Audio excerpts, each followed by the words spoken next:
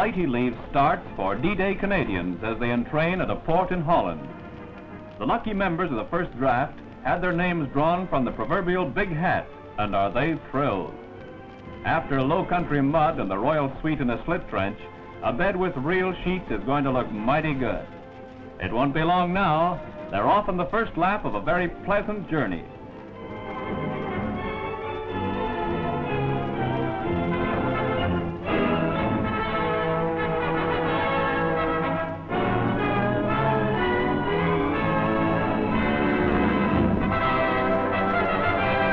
At the port of embarkation, passes are distributed, pay is drawn, and the QM is available for last-minute issue.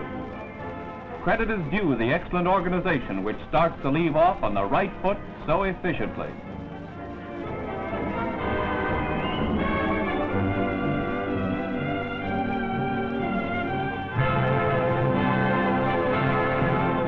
Soon in many an English home in Surrey, Sussex, or London, Christmas will be celebrated all over again. Soon the adopted sons from Canada will be back among boon companions in dear old Blighty.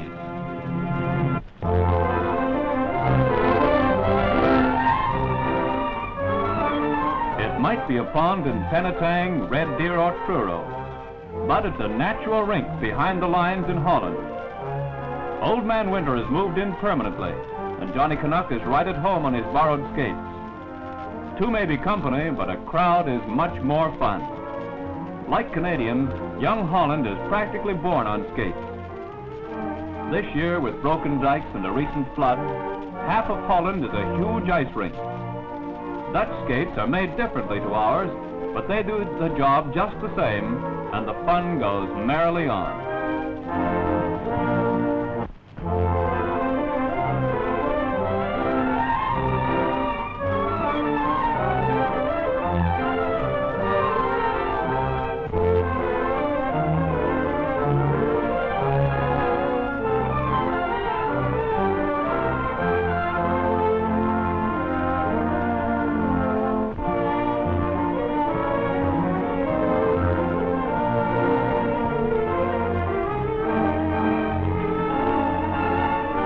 Are not content with one skating partner. It must be three or else. I wonder what it is some fellows have that we don't have, eh, Corporal? If we had known this sooner, we would have brought the regimental band.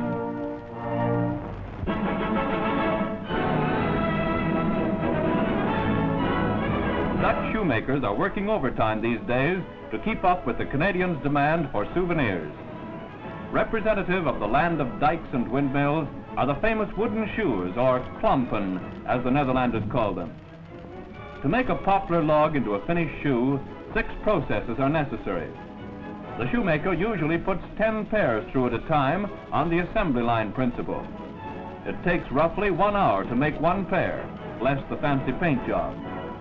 Strangely enough, wooden shoes are quite comfortable. They are worn outdoors only and are left on the doorstep when entering a house. Canadian troops have been buying so many pairs to send home that the shoemakers have been working night and day. They have evolved a miniature model which can be mailed more easily.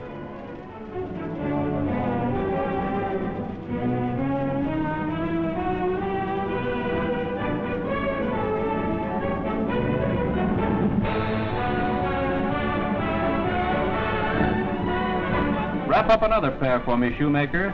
Maybe after the war, the forest fashion floor shimes will come in handy on a rainy day.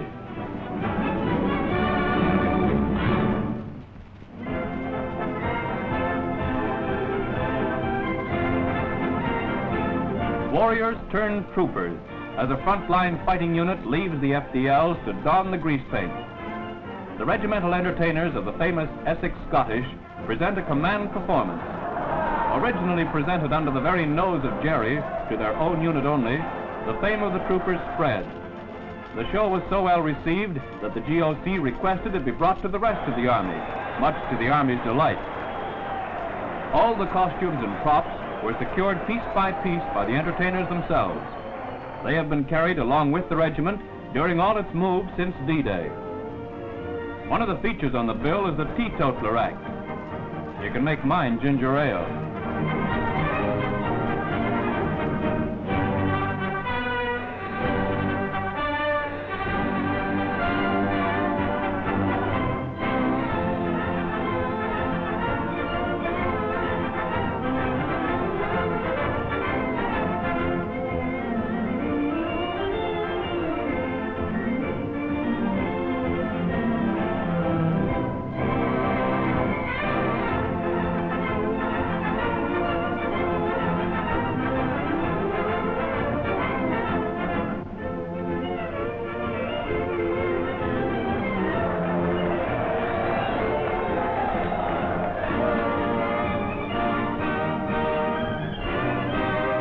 a proud regiment, as distinguished in play as in the field. The long list of battle honors is witness to the ability of that line unit from southern Ontario, the Essex Scottish.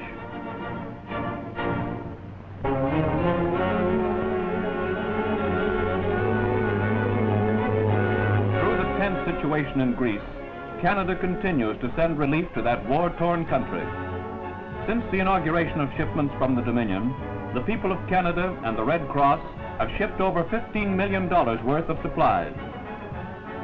During the German occupation, an agreement was signed between the belligerent nations guaranteeing safe conduct for neutral ships carrying the vital commodity. Distribution is supervised by a Swedish-Swiss commission. Since liberation and the ensuing Civil War, cargoes of flour, fish, soups, milk, sugar, clothing, and medical supplies continue to be loaded from eastern Canadian ports. 15,000 tons of wheat per month is shipped.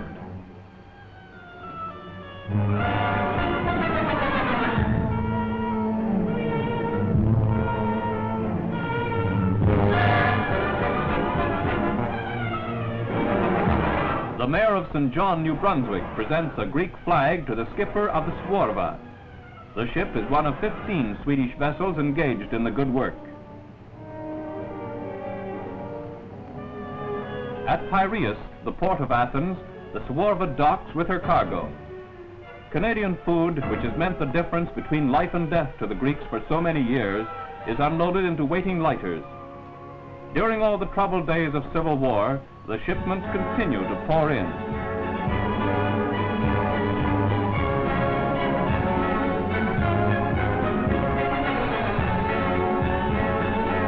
Canadians occupy a warm spot in the hearts of the Grecian people. When their troubles are settled, the bonds forged during days of tribulation will remain forever constant between Canada and her friends of Greece.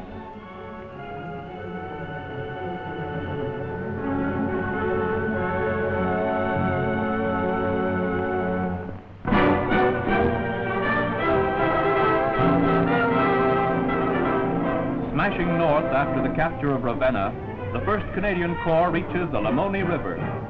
With steep banks and a torrential stream, the river is one of those natural defense positions so well favored by the enemy in Italy.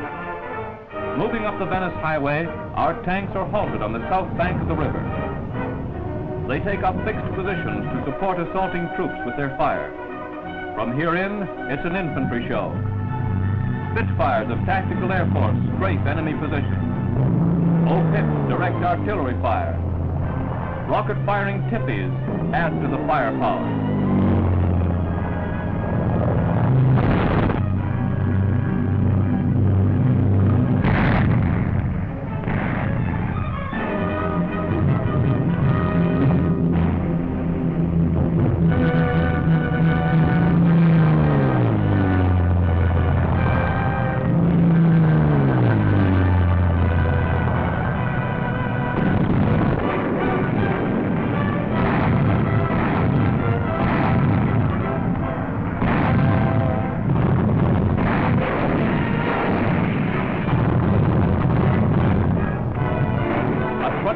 Battle sees some of the most fierce fighting in the Italian campaign. 2 daring crossings are made to establish bridgeheads. Against strong enemy opposition, the bridgeheads are linked up and the enemy pushed back to the depth of a mile.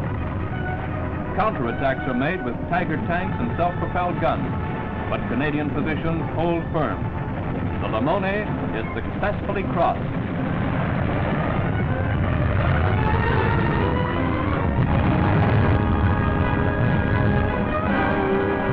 Through the breach in the Lamoni defenses made by the Canadian Corps, the 8th Army fans out through the heart of the Po Valley. The next objective is Ferrara, great railway center of Lombardy. Jerry's days in northern Italy are numbered.